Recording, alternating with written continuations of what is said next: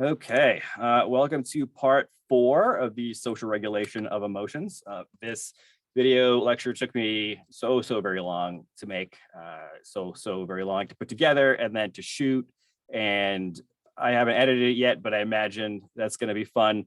So buckle up. I hope this is worth it.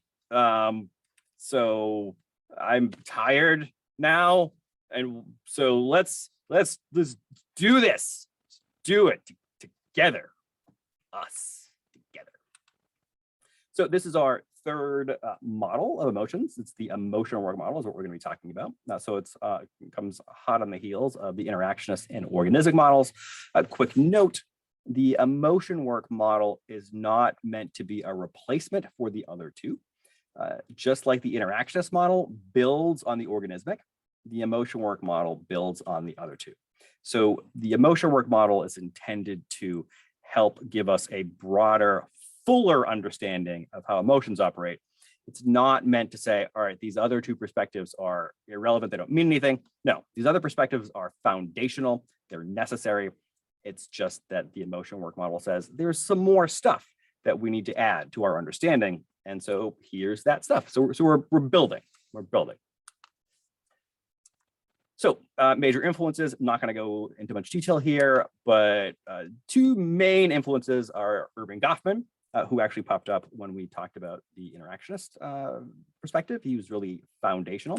The main figure here is Arlie Hochschild. In fact, the overwhelming majority of what I'm going to be talking about is drawn pretty directly from her book, The Managed Heart, which presents this really pretty insightful, fantastic, really pretty amazing look or an examination of emotions, the way people experience them and the way they express them.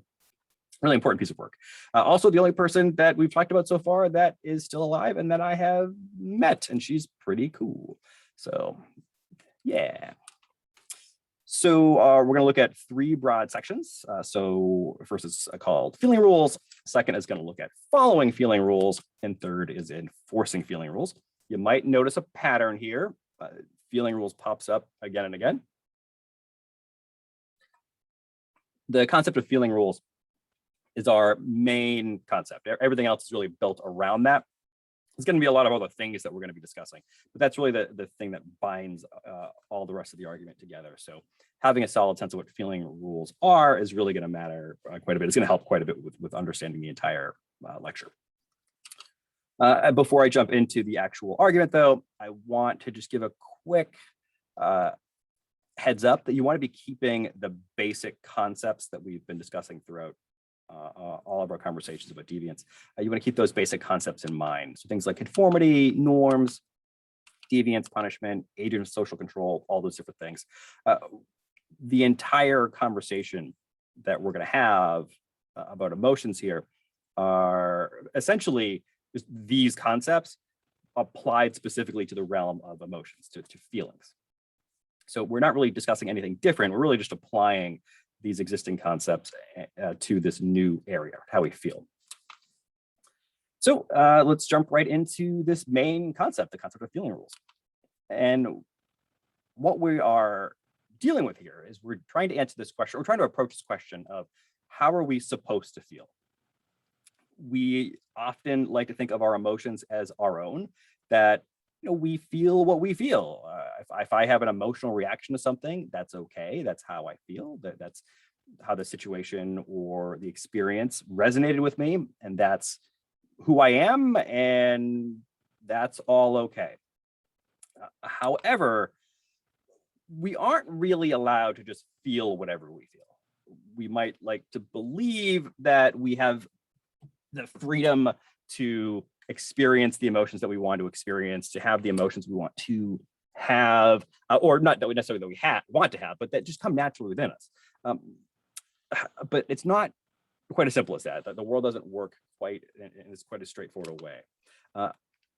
We're going to find, and see, the thing is, I don't want to say we're going to find, because at a certain level, you already know this.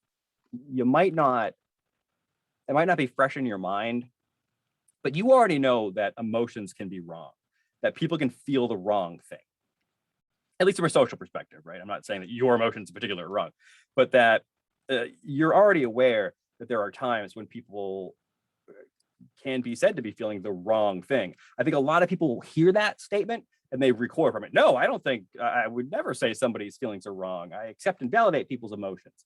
I accept my emotions and validate them, and so on. But you probably don't, because you're probably just not thinking about the way we handle emotions, the way we deal with them, both our own and other people's.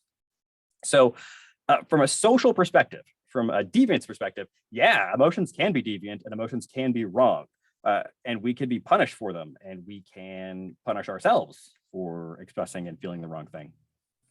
And there are implications here for the conversations we've had in the past about things like free will and our individuality and so on, that I want to keep in mind. But yeah, so anyway, basically, we're dealing with these questions of how we're supposed to feel. Are there ways we're supposed to feel? Well, how free are we to feel the way we just do, how to feel the way we feel naturally, and whether or not our feelings can be wrong or seen as wrong by other people and by ourselves.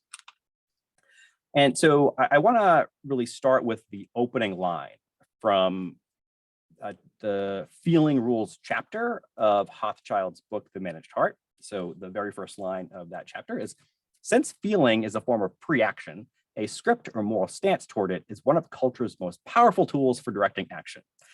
It's a confusing statement, I think, on the surface. I actually think it's a really powerful statement. There's a lot in there, so I really want to unpack it, but it isn't necessarily ultra clear when you just read it quickly. So I want to quickly break it down. So we have the first couple words, since feeling is a form of pre-action. So we're saying that feeling is pre-action, or is one kind of pre-action. So when we say that, we're saying essentially that what people feel has a large impact on what they do. So when you act, when you do things in the world, your feelings have a large impact, they're a large driver of the ways in which you ultimately behave.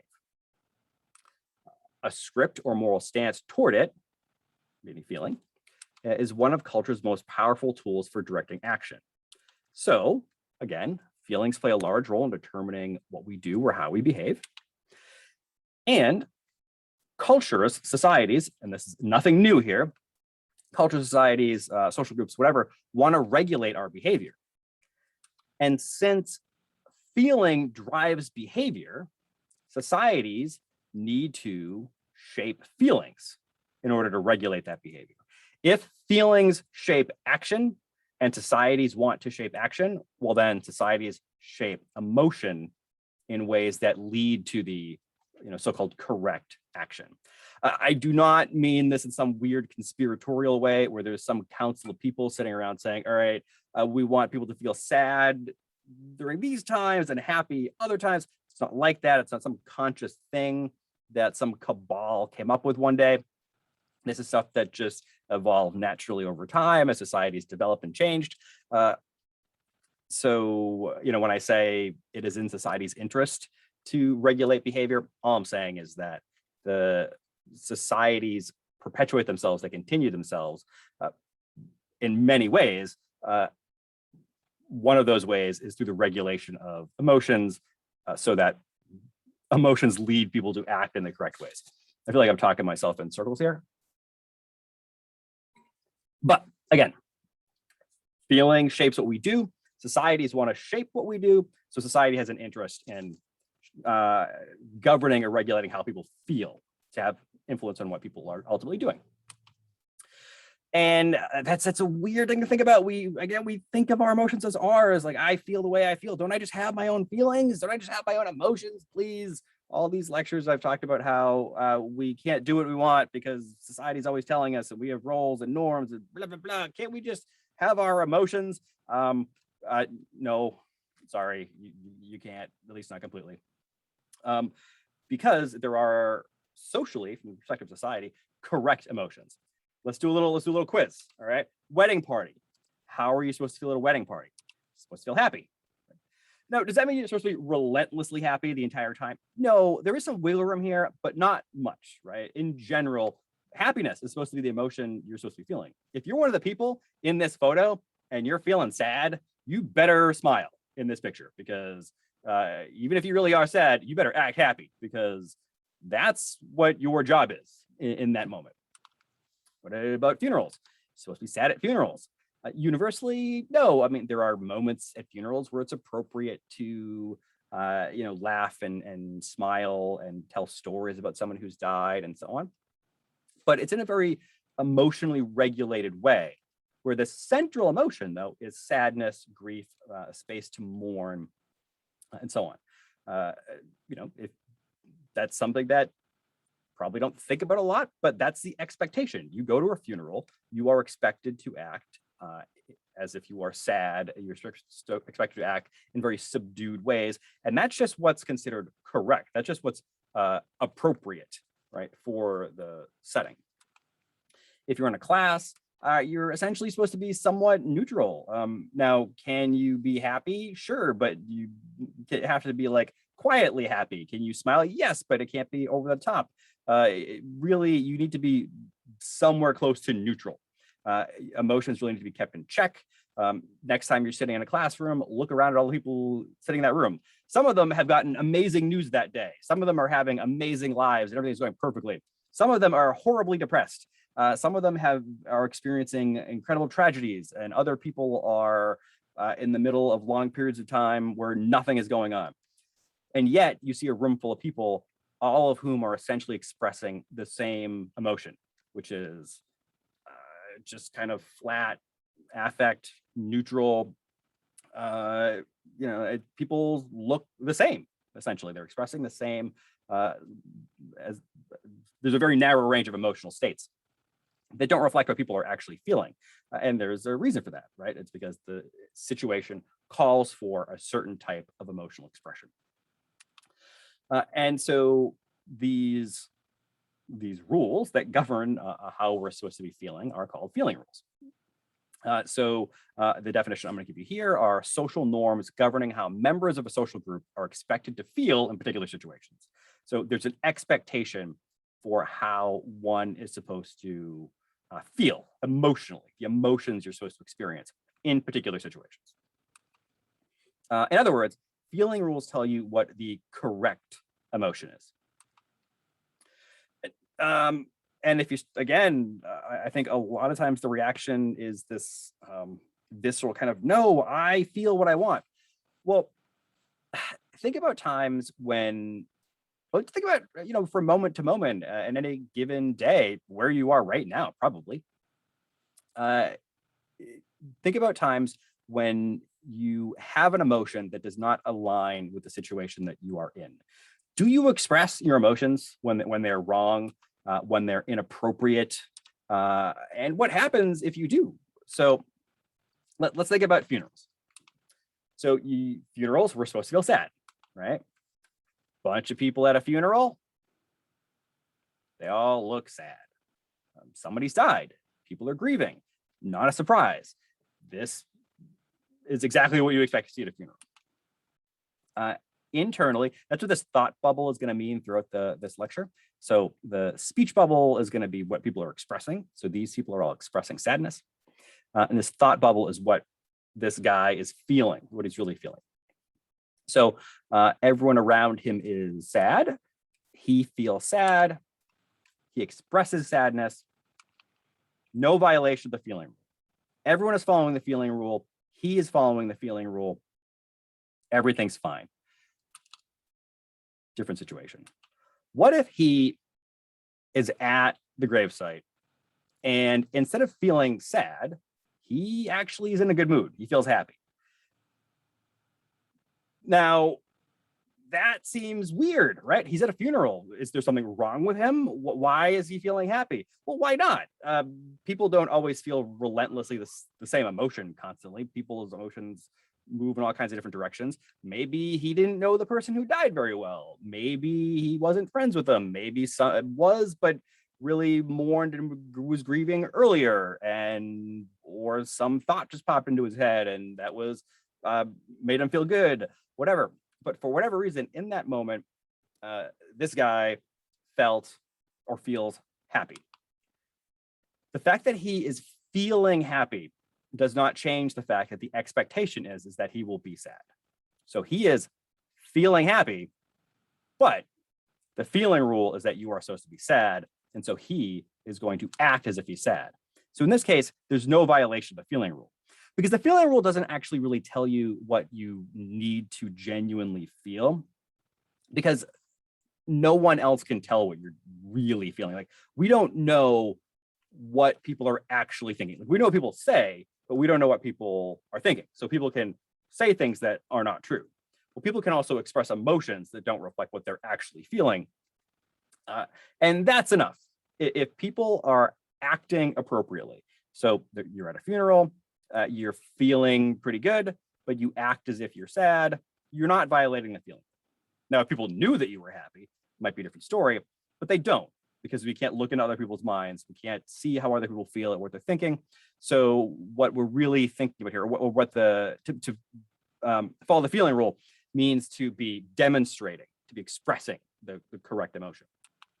But if he's happy and he's acting as if he's happy while standing at the gravesite of a loved one, or at least the loved one of the people around him, that's going to be a problem. Other people are going to be pissed, right? So if he's violating the feeling rule, he's feeling happy, he's expressing happiness, he's smiley, he's joking, he's laughing, even if he's not being loud about it, he's just laughing quietly to himself, and he's got a big smile on his face. That's gonna have other people react, right? So how? Well, people are still gonna be sad, and they're gonna be a bit confused, and then they're gonna get mad, or they're gonna think something's wrong with him. But anger and confusion are definitely going to be part of the response there, right?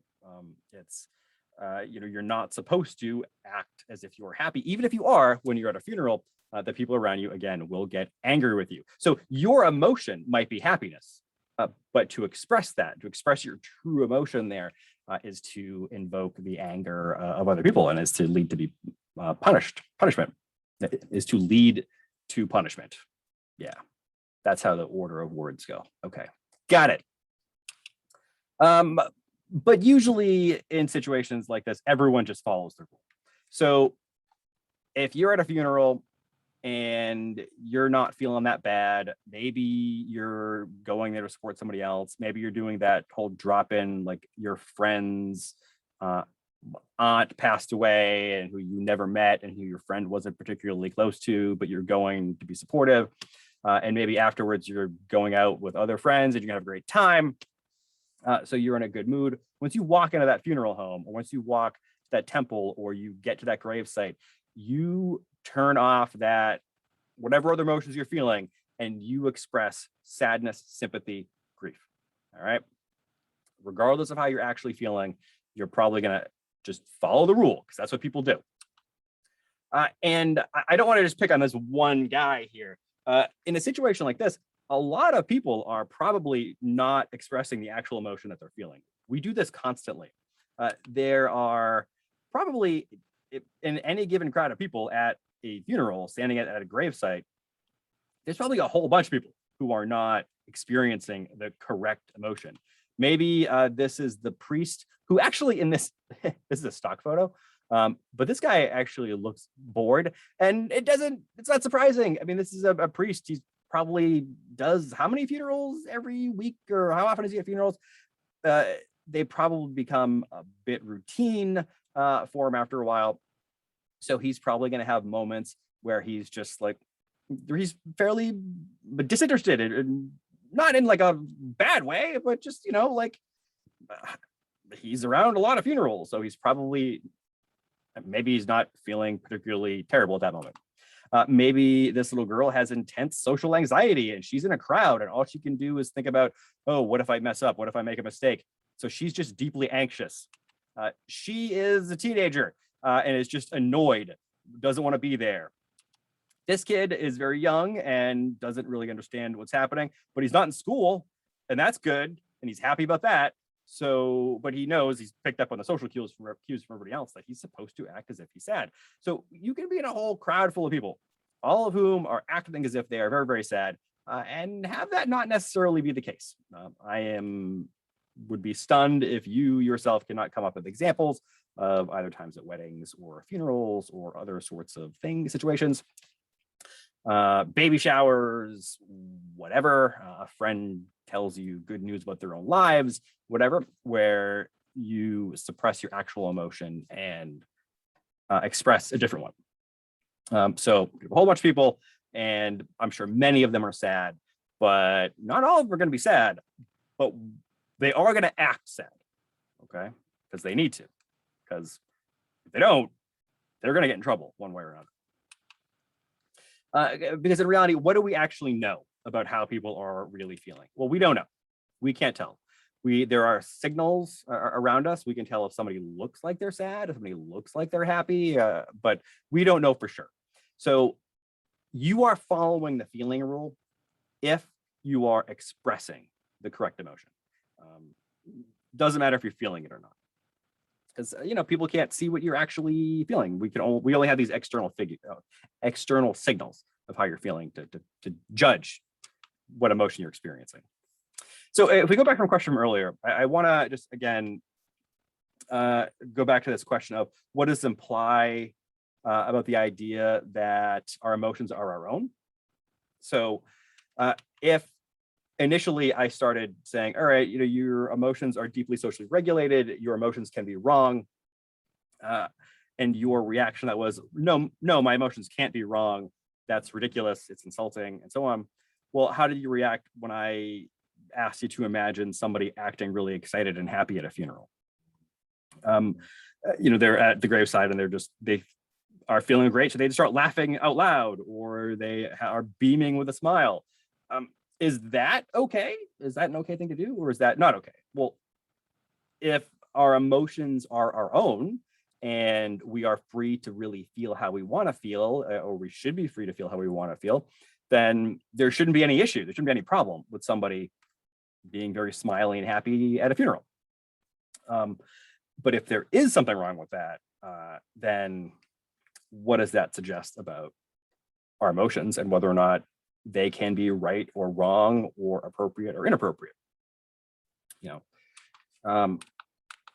So we're going to cover more stuff that's connected to this question, but I think the implication so far, and it's not going to change, is that our emotions really, to a large extent, are not our own. They are socially regulated in profound ways.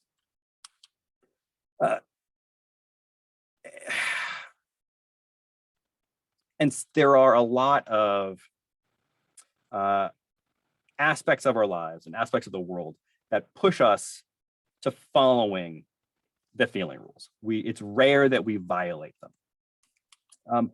And that's true for a few reasons. So first, we generally accept the feeling rules and try to follow them. If you're at a funeral, you probably are going to want to express sadness. You're probably not going to be sitting there thinking, oh, I wish I could laugh and joke and be happy right now.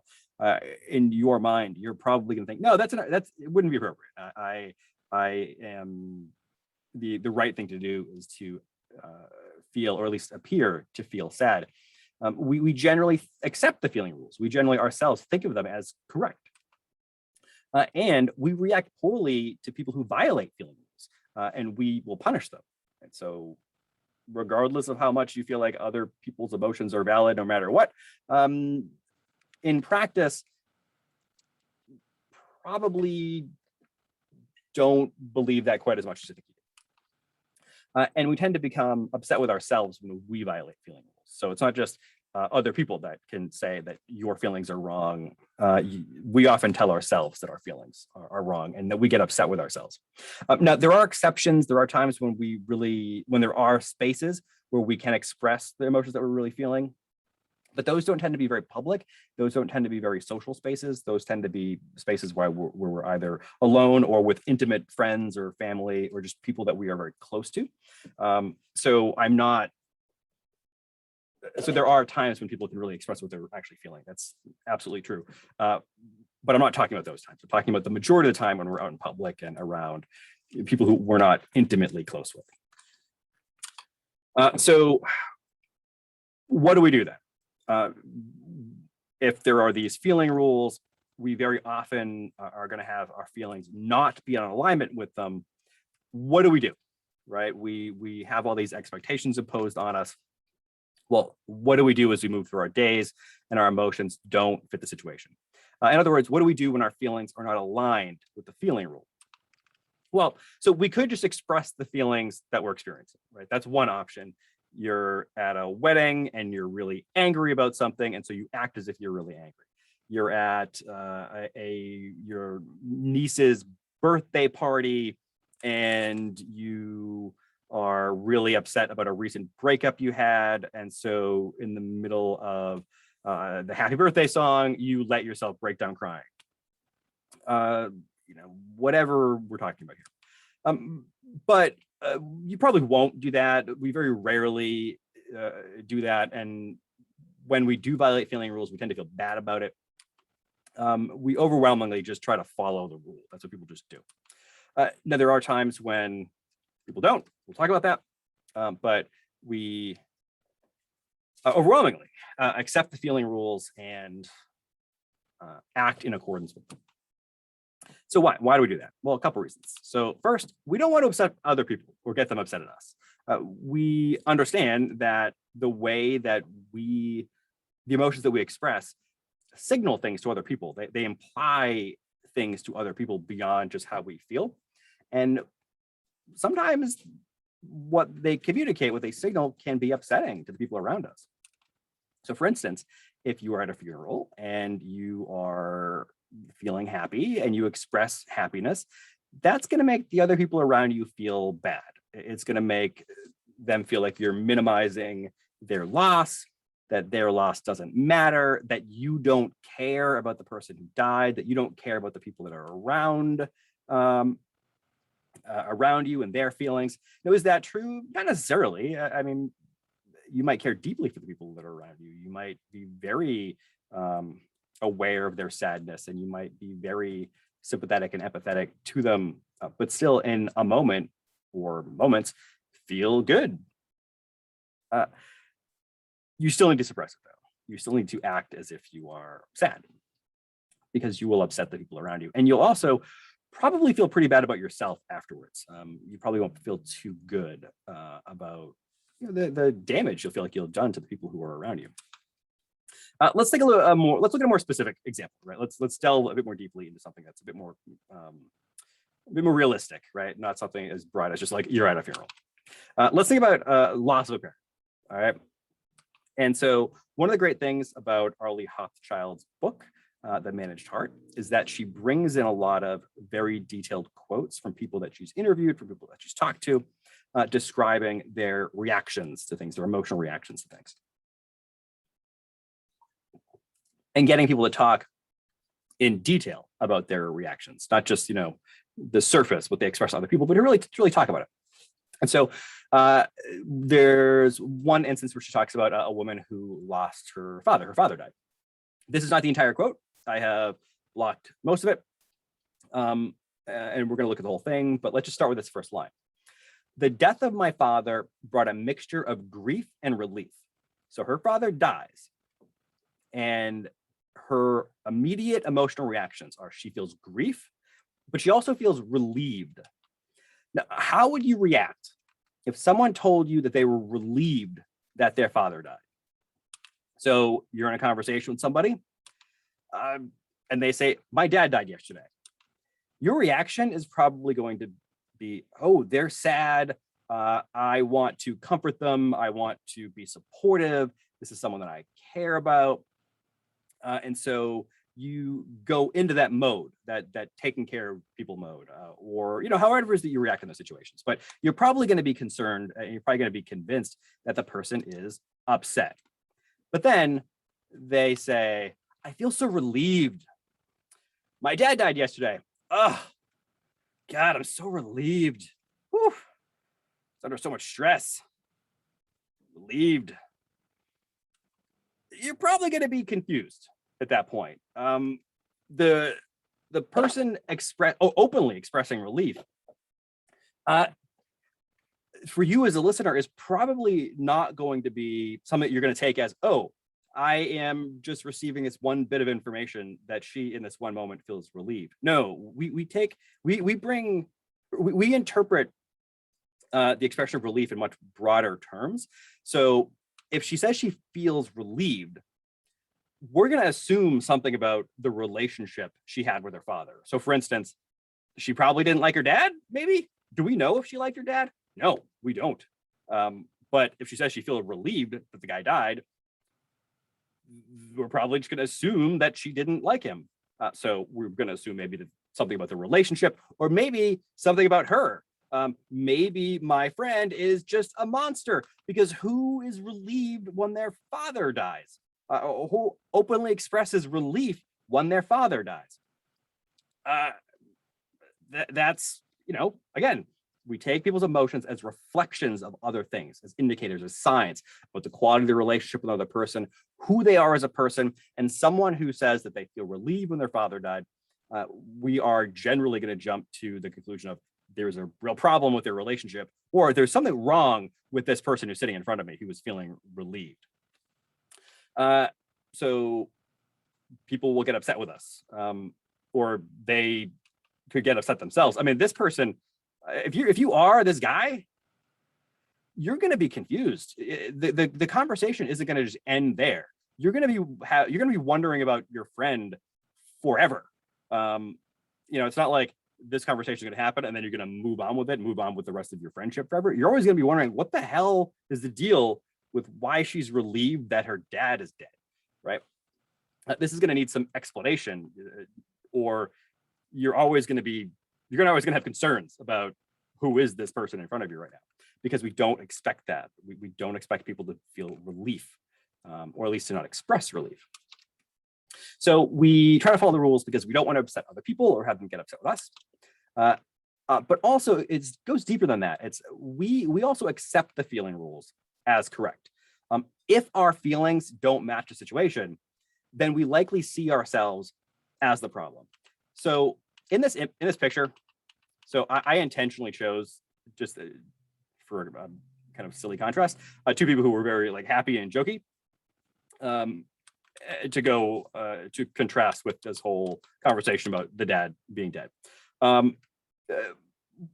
But that's, I did that on purpose. People's feelings tend to be more complicated than that, right? The reality is going to be something a bit different. So we accept the feeling rules as correct.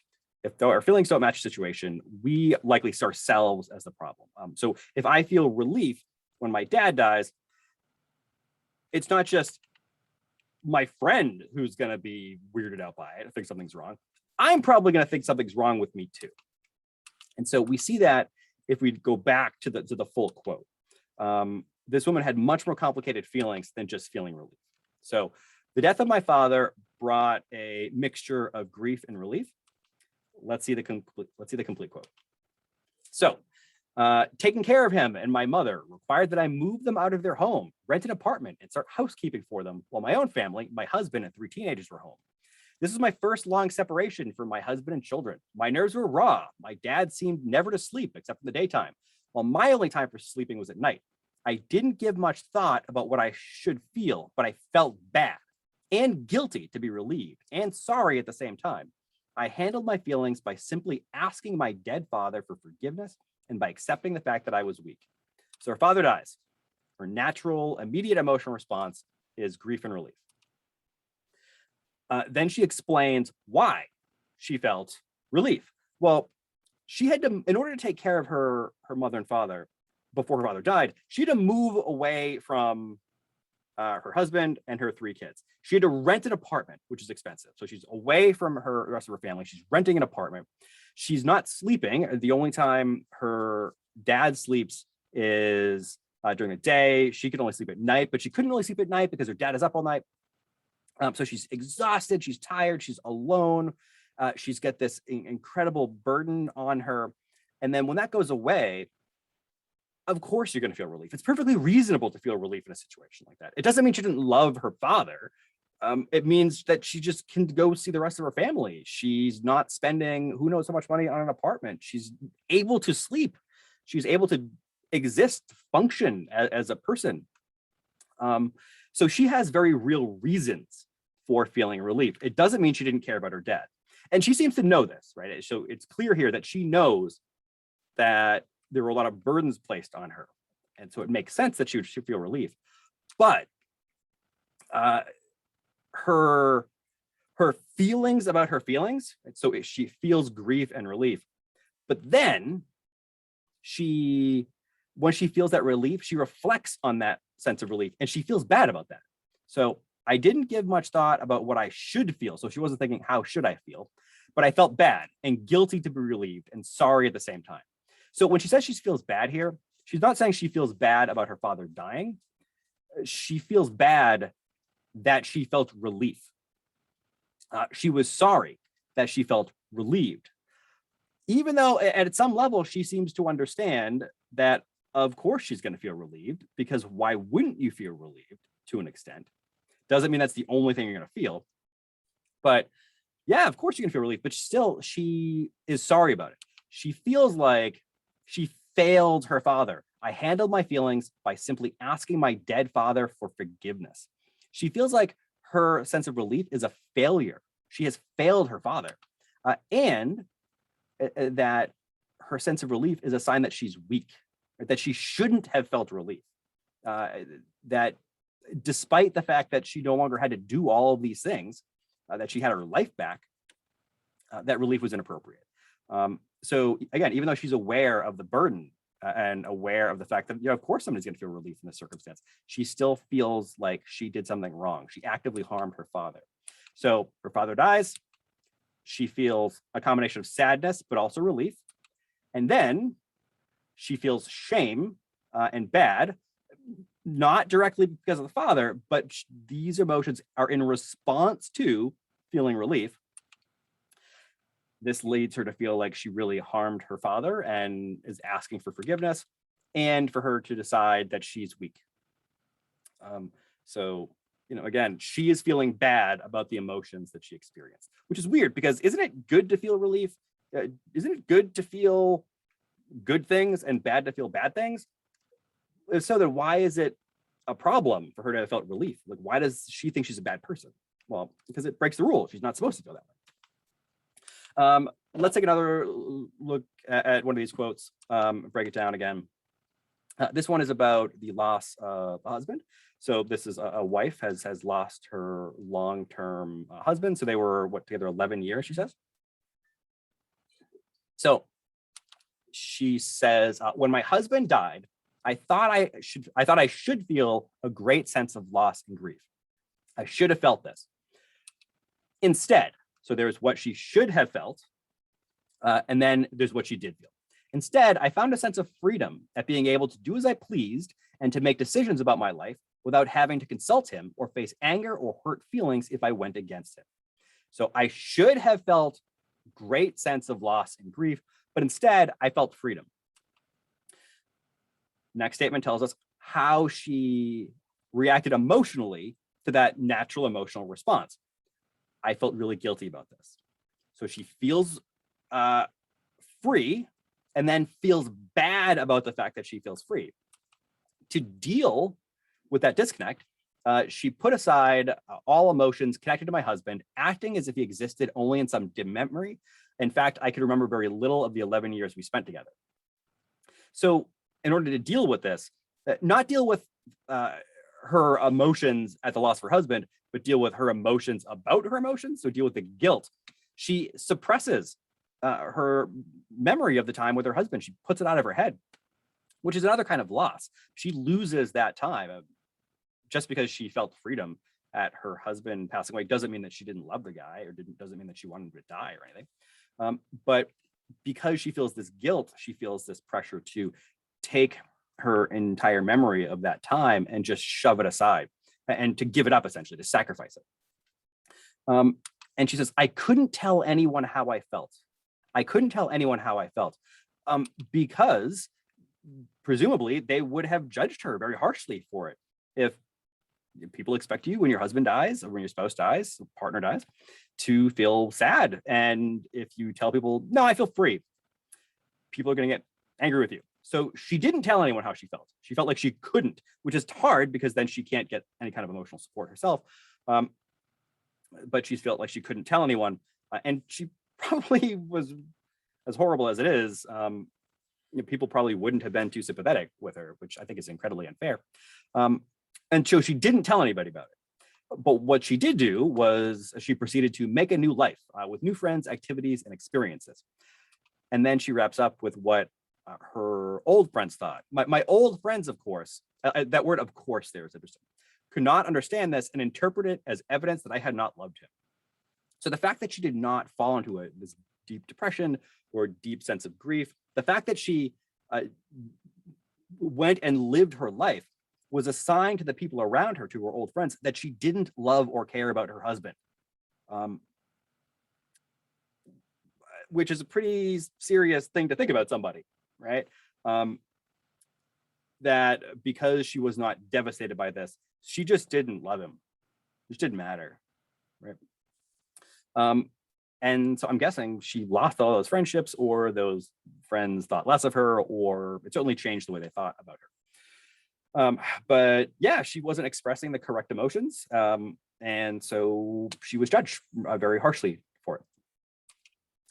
So again, we usually try to follow the rule because we don't want to upset other people or have them get upset at us, and because we accept the feeling rule is correct and we see ourselves as the problem. In this case, and in the case of the woman who lost her dad, both judged themselves as having something wrong with them. So even though this woman went on to live and to do more things and to really, live that freedom, she felt really guilty about it to the point where she had to suppress 11 years of her life that may have been very happy years, just constrained in some ways. Those are all sacrifices. And she felt really bad about it. And she lost friends, and she probably didn't. And it looks like she doesn't blame her friends. She says, my old friends, of course, could not understand this. Of course, they couldn't understand this, and interpreted it as evidence that I had not loved him. It sounds like she probably would have interpreted her actions in the same way, right? If one of her friends had lost a significant other and then had not reacted with grief and loss, it sounds like she could very easily have also assumed that meant that that person didn't love her spouse. But yeah, she sees the problem with her. She's not criticizing anyone else here. She was felt guilty about herself. So yeah, so we generally accept the feeling rule as correct, and we see ourselves as the problem. So we try to follow these rules. And so Hochschild presents two ways that we can try to follow these rules. Both forms are kinds of acting. They're both ways of ways of not expressing what we feel naturally. So we are acting in the sense that we have a natural emotional reaction, and then what we express does not reflect what emerges, naturally. So two different kinds of acting here. We're going to talk about both. The first is what's called surface acting. And surface acting is really what we've been talking about up to this point, really. When we surface act, we are acting as if we feel a particular emotion while we don't feel that emotion, right? So I am, the person at the funeral felt happy, but they acted like they were sad, and so on. So you're acting as if you're feeling one emotion when you're actually not. I have an example from the movie Waiting. It's from 2005. It's a really great example of surface acting, but I am not in any way recommending this movie. It's not a good movie. And I, in fact, am actively not recommending it. You shouldn't. It's like, it wasn't that good in 2005. It definitely did not age well. It aged very, very badly. So yeah, it's not a good movie. But there are some scenes in it that are just perfect reflections of what I'm talking about. And here's one of them. So you want to pay attention to this woman right here, who is a waitress at a restaurant. She's in a what I'll call in a small argument. She's having a bit of a disagreement with the cook about one of their orders, and this is how things play out. So take a look at her and her reactions, the expression on her face, and so on. Where the hell is it? It's been over half a fucking hour. Told you to be up in a minute. Get out of my face, I'll lose your ticket. What? What do you want? You're back in the fucking train, you asshole. God damn it! I hate them. 20 minutes for 2 medium rare steaks. This is bullshit. What the hell? They need to get rid of every single one of these lousy cocksuckers. So, how was everything? All right. So she was incredibly angry and full of rage. She's the best part of this movie. Again, it did not age well. She's awesome in it, though. She's really great. And she's really excellent at that transition, right? That moment when she walks from the kitchen to the restaurant floor, where she's just full of anger and rage, and then she just switches it off and it goes right into friendly customer service mode. That is surface acting, right? She is furious, but she walks out, she's in front of the customers, so her face changes to an expression of concern and how is everything, and she's friendly. Her entire plot arc is that throughout the whole movie is she's just suppressing rage, and then she dealing with customers and she's like sunny and happy. So she's a perfect example of someone who is surface acting. Again, we can think about funerals. Think about this guy again who's at the funeral. In this case, he's feeling sad and he's acting as if he's sad. So there's no acting here. He's supposed to be sad and experiencing sadness. So his feelings align with the situation. No violation of the feeling rule. No acting required. Here, though, if he is feeling excited and happy, he's going to act as if he's sad because, the expectation is that he is going to be sad. So he's pretending. In this instance, he's feeling happy. He's acting as if he's sad. He's pretending. He's mimicking. His shoulders are hunched. He's looking down. His face is red. He's almost grimacing like he's holding back tears. If you think about it, we know what sadness looks like, and you can emulate it. Right? Now, some people are better at that than others, but he's certainly not smiling. If he feels like smiling, he's suppressing that.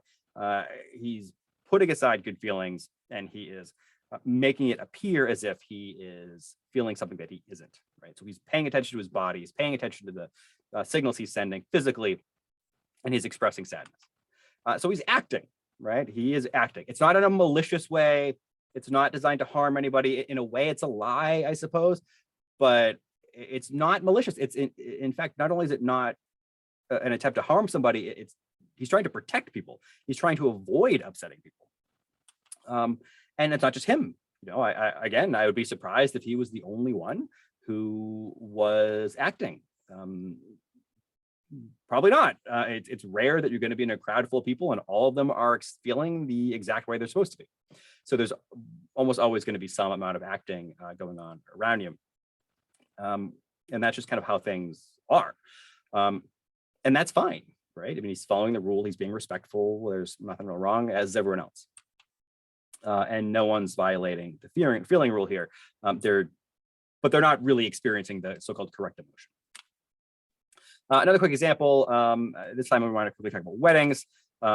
This is a wedding photo, and we see 1, 2, 3, 4, 5, 6, 7, 8, 9, 10 people in a line, all of them big smiles, all of them so happy. Can you imagine any 10 people at random, or not at random, just any 10 people that you know, and put them in a line together, and they're all going to feel the same thing at one moment, especially this level of enthusiasm? No, I'm guessing that there were a wide range of emotions in play here. So these two in the middle who are getting married, probably terrified, maybe not terrified in a bad way, but they might be just filled with anxiety. It is an anxiety-provoking experience to get married. It's a big deal. You wonder, like, hey, am I doing the right thing? Is this gonna cause a problem? Am I gonna feel the same way towards this person in 50 years? Also, weddings are expensive. They're logistically difficult. Is everything gonna go okay? You're also the center of attention, which can be really difficult for a lot of people. And so it is not unusual for the people getting married to be really nervous and scared and overwhelmed.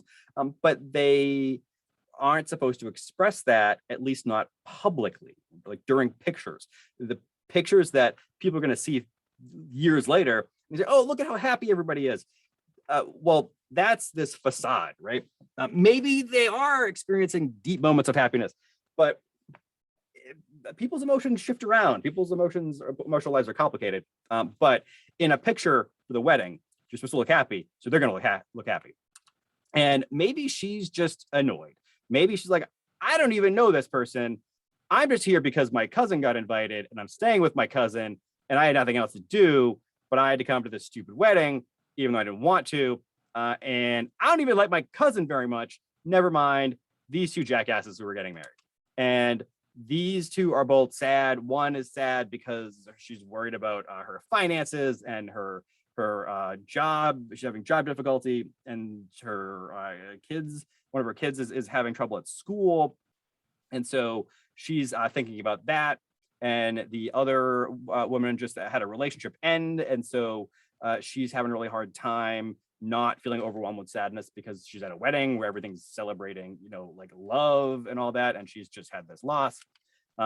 Maybe she's mad because the person to her left didn't reimburse her for the fact that she paid for the dress, and the dress was really expensive, and she said she was going to pay her back, but she didn't pay her back, and it's a lot of money, and she knows she's on a budget. She knows that, but she doesn't give me my money back, and that's not cool.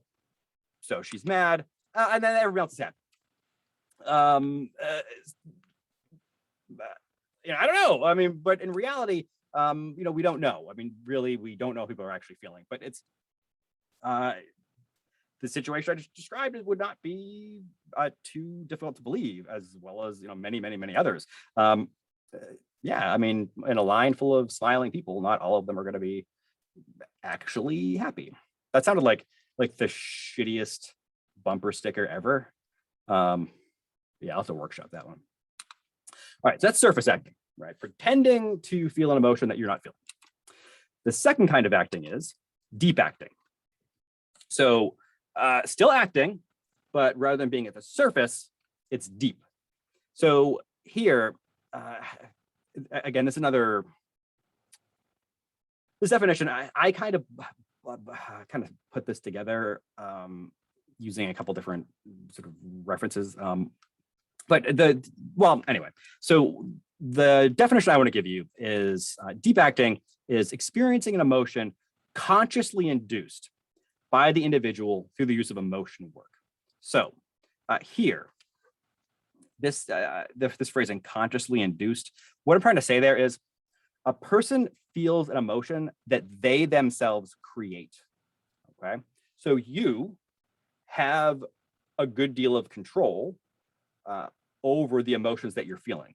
So some people have more control than others, but to an extent, we all can manipulate and control our own emotions. We all can, to a certain extent, and in some circumstances, get ourselves to feel a certain way. So when we surface act, we pretend to feel an emotion, but that we don't really feel. When we deep act, we actually express an emotion that we feel, but it's an emotion that we create. So I want to break this down. I'll make this concrete. So again, experiencing emotion consciously induced by the individual through the use of emotion work. So we are creating an emotion. While we also have this concept of emotion work here, we're creating an emotion through emotion work, which leads to this question, what the hell is emotion work? Talk about that in a second. Before that, I want to just give a quick example of what this sort of looks like. All right, I'm going to go into more detail on some others examples a bit later, but just to give you a sense. So this is another screenshot of Hochschild's book. And so she writes, consider, for example, the reaction of this young man to the unexpected news that a close friend had suffered a mental breakdown. So there's this kid who finds out that his close friend had some kind of mental breakdown, right? Had some kind of emotional breakdown. And so this is what he says. I was shocked. So his first statement is, I was shocked. So this is his immediate emotional reaction. And then, yet for some reason, I didn't think my emotions accurately reflected the bad news, which is interesting, that his emotions were wrong. So he felt that whatever he was feeling, it wasn't accurate. The situation was different from what he was feeling. Now, if we go back to that question of, aren't our emotions our own? Don't we just get to feel what we feel? Well, then how could his emotions ever be wrong or inaccurate, right? And why would anyone want to feel bad? So he goes on and he says, or the next, I actually didn't have this, but my roommate appeared much more shaken than I was.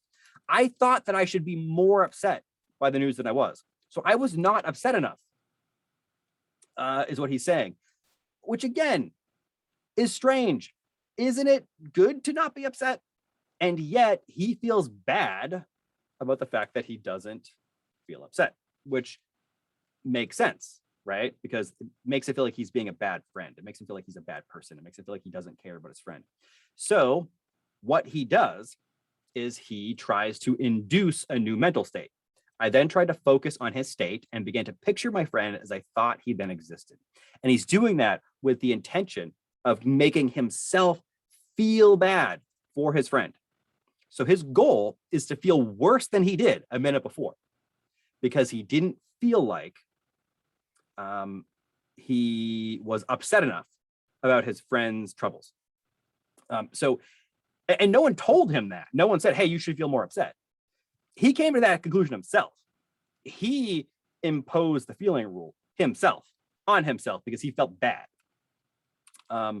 So he's trying to feel upset there. And so what he was doing was a form of emotion work, right? So he's trying to consciously induce, he's trying to create an emotion through the use of emotion work. And emotion work refers to efforts to alter or change the intensity or type of feelings one is experiencing. So these are efforts that we use to try to change the way we feel. So we, instead of like with surface acting, we don't feel an emotion, but we pretend we do. Here, we don't feel the emotion we think we should be feeling. So we create the emotion in ourselves, which then becomes the real emotion, which we then express. So the emotion we're expressing is real, but it's something that we created. That's why it's acting, right? It didn't emerge naturally. So we are engaged in emotion work whenever we are actively trying to change how we feel. Now, quick note, we do this in other types of circumstances too. We don't just deep act when we are, we don't just do emotion work when we're trying to deep act. You can use emotion work in different circumstances. So, if you have to give a presentation and you're nervous, you can use emotion work to try and get yourself to not be nervous anymore. That would be emotion work. But we're going to focus on attempts to deep act, right? On attempts to convey an emotion that didn't occur naturally within you. So this is another, again, snapshot from Hochschild's book. And she starts talking about the idea of deep acting. One of the ways she relates it is she says that, all right, well, I started to ask my students, because she's a college professor, she teaches. I asked my students to describe times where they experienced deep emotion. I don't know this for sure, but I suspect that this kind of experience in her classrooms may have started her interest in the subject. I don't know this for sure, but I would suspect this type of assignment she gave in classes led to her doing this research. But she's asking her students to describe times when they felt an intense emotion. And so she saw that they were describing the situations with phrases like, I psyched myself up. I squashed my anger down. I tried hard to not feel disappointed. I forced myself to have a good time. I mustered up some gratitude. I put a damper on my love for her. I snapped myself out of the depression. So these are all statements where somebody is trying to actively, or they're reporting actively trying to feel something that they did not feel. I tried to psych myself up. So I wasn't excited enough. I wasn't feeling good enough. So I tried to psych myself up. I took my anger and I shoved it down because my anger wasn't the right emotion. So I pushed it down. I was disappointed. I tried to not feel disappointed. Force yourself to have a good time, try to feel gratitude. These are all statements where someone is essentially saying the emotion that I was experiencing originally was not either the one I should have been feeling or the one I wanted to be feeling. So I tried to change it. And she didn't say describe situations where you change your emotions. She just said describe times when you experience a deep emotion. And some of the, as people wrote about it, they often included statements where they were trying to change what they felt. And so let's talk about emotion work a bit more. How? So if we're trying to psych yourself up, squash anger down, trying to push disappointment aside and so on, how do you do that, right? How does that actually happen? Well, there's a few different approaches. I talk about three. I'm not going to pretend these are the only three. These are the ones she mentions. I can't think of others, but that does not mean that there aren't others. I just, and anyway, plus we don't need to talk about a million of them. These are the kind of important ones for our purposes. So the first is using emotion memory to generate, suppress, or change an emotion. So we are using emotion memory. What's an emotion memory? An emotion memory is a memory that recalls a feeling.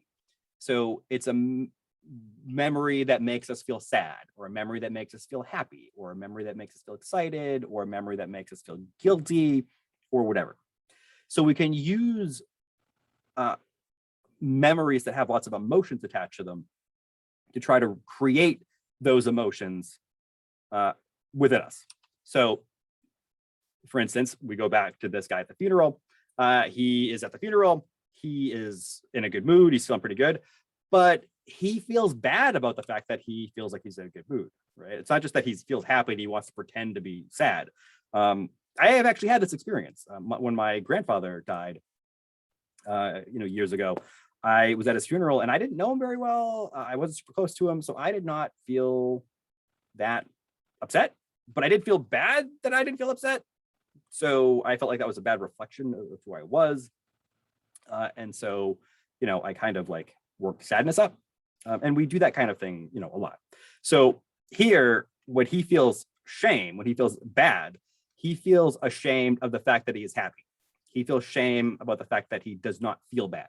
He wants to feel bad. He feels like he should feel bad. So he uses emotion memory. He could think back to a time when, I don't know, let's say the person who died is his cousin. All right. Well, hasn't seen his cousin in a long time, was close when they were younger, but no longer is. Well, he can use emotion memory. He could think back to times when they were kids playing together and how happy they were and how close they felt and how much fun they had and how they talked and just really connected and how great those memories are. And then think about how, well, the cousin is now gone forever. And that little kid that you remember that you were close to is gone. And there's no coming back. And then that can create sadness. Or maybe thinking about, I'm not thinking about his own childhood, but thinking about his cousin's kids and how sad they are, or maybe whatever, right? So he's thinking about these emotionally laden memories in order to generate an emotion that leads him to feel sad. So ultimately, he's acting, right? This is a process of acting because his natural emotion was to feel happy, and he felt bad about feeling happy, and ultimately leads him to generate sadness, which he is expressing. So it's not a lie for him to express sadness because he is sad. It's just that the sadness is something that was created, that he, built. He worked it into existence. Doesn't have to be just memories of, from one's past. So, for instance, he can start off feeling happy, then feel bad about it, and then he can focus on his spouse. Right? I'm imagining this is his spouse. Maybe she was really close to the cousin, or maybe this is his sister and she was really close to the cousin. And so rather than focus on his own sense of loss, he is focusing on the emotions of his sister and he's trying to empathize with her. And so he experiences that sadness, which is actually what I did. I don't want to keep bringing myself into this, but when my grandfather died, I was like 15 or something. And the way I ended up kind of getting myself upset because I felt like I was supposed to be is I was really focusing on the fact that my dad seemed upset, that there were a lot of people around me who were upset. And so I just really focused on them and then try to put myself into their space. And that ultimately led me to feel upset, right? So I wanted to feel bad. I wanted to feel upset. And so I made myself, right? We do that. It doesn't even have to be like actual people. I mean, this is going to seem kind of silly, but I'm being completely serious here. So he could have been feeling like he's in a relatively good mood, feel bad about it, and then think about scenes from a movie or whatever. I mean, it could be. So I don't know if you recognize that scene. That's the scene from the movie Up, which if you haven't seen, you should watch because it's awesome. The whole movie's great, but at minimum, watch the first like 15 minutes. The rest of the movie is good. First 15 minutes is gonna shatter your heart. So I mean, God, if you need to feel sad, you can think about a sad movie or a sad story or a sad whatever. Might seem silly, it might seem somehow disrespectful to the environment, but it's not, right? I mean, if he's trying to feel bad, trying to generate sadness, and this is what works, then it's what works, right? Could think about the loss of a pet, could think about somebody else's sad story, could think about a book, who knows?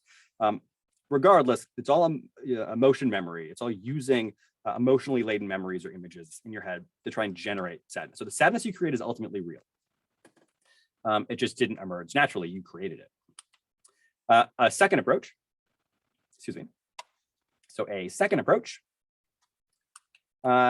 involves inducing changes in one's physical sensations. This is awkwardly written. I apologize. So changing changing how one feels bodily. So we talked a ton in the previous videos about how our emotions are really wrapped up in our physical bodies. So if we feel ourselves being really fidgety and a lot of energy coursing through us and so on, we interpret that in emotional terms. Well, we can use emotion work to try to create physical sensations that we associate with the emotions that we want to be feeling. So one of the students that Hochschild mentions in that quote from a bit ago writes about how I tried to psych myself up. Well, that's something that people often do right before they're playing in a game. They're playing a sport, right? So football players before pregame need to psych themselves up. And so I got this picture from a news story in the Pittsburgh Post-Gazette. And it's a news story looking at how I think they're looking specifically at high school football teams use music to psych up the players beforehand. And so there's music playing and when this picture was taken. And so they're trying to get the players, ready to go. And so you can walk into that locker room and you can be feeling down. You can be feeling sad about something, tired, bored, just annoyed the fact that you're going to be there. But that's not going to help you play the game. So the goal is to take all of those feelings and turn them into being psyched up. That is not a good emoji for what I wanted to express here, but it is the closest thing I could find. That looks like giggly amused. That is not the emoji I wanted. I couldn't find a good one. That was the closest I could. Really, I wanted like a psyched up emoji. That's the best one. But anyway, so you don't want people just pretending they're psyched up to go play a game because then they're not going to play as well. The idea is that you make their bodies change. You make their hearts race faster, hearts pump. You make them sweat. You make them move around, and then those physical changes can lead to the emotional change as well. So it's induced, it's created. It's not an emotion that emerged naturally. It was manufactured on purpose. You go the other way too. So someone who is upset or sad, anxious. That's anxious, right? I think that I'm using that for anxious. I don't know. Some of these emojis, I'm not quite sure I'm getting them right. Some of them are hard to interpret. Or somebody's overwhelmed or shocked or just angry or whatever, but they don't want to be experiencing those things. They can use deep breathing. When we use deep breathing to slow down our heart rate, to slow down our breathing, those are physical sensations that we associate with calmness. So we can take the anger in our body, the tension in our body, the anxiety in our body, and we can change it so that it aligns. So those physical sensations align with a different emotion, the emotion we want to be feeling, which in this case might be calmness or relaxation. But it's an intentional attempt to change one's emotion. Another approach is self-talk, so it's self-prompting. So you can talk your way through a different emotional states. So talking to oneself in a way intended to change one's perspective of the situation in order to create new emotion. This is very similar to the interaction stuff I talked about in the previous video, but given a more technical name. So imagine you are about to give a presentation and you're really nervous. I go on in 20 minutes and it's really scary. Oh God, the entire company is here. Everybody's here. My boss is here. My boss's family is here. Everybody, my whole family is here, and everyone's gonna see, and it's awful. It's gonna be a disaster. I'm so embarrassed. But hold on a second. All right, hold on. I'm freaking out. But I put a lot of work into this, and all right, I really do know the material, and I spent a ton of time practicing, and I'm gonna be okay. That was a weird way to say I'm gonna be okay, but usually things aren't going to go quite so smoothly from terror to feeling comfortable. But we can see you can go through a process of talking yourself through different emotional states, right? So she is self-prompting, she's self-reassuring, she's telling herself why things are going to go well, or at least why things are likely to go well. There's different things she could say to herself, but here she's reassuring herself that she's prepared, that she's done it before, that she's prepped, that she knows what she's talking about, and that she's probably going to be okay.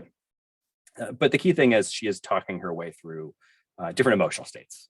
I would be surprised to have someone go from this to smiley face, maybe more from like this to like this might be more realistic, but still, this is a form of deep acting. It is a way of changing what one feels, consciously inducing a new state. And so one more. So I have one more big, not big, but one more screenshot from Rothschild's text.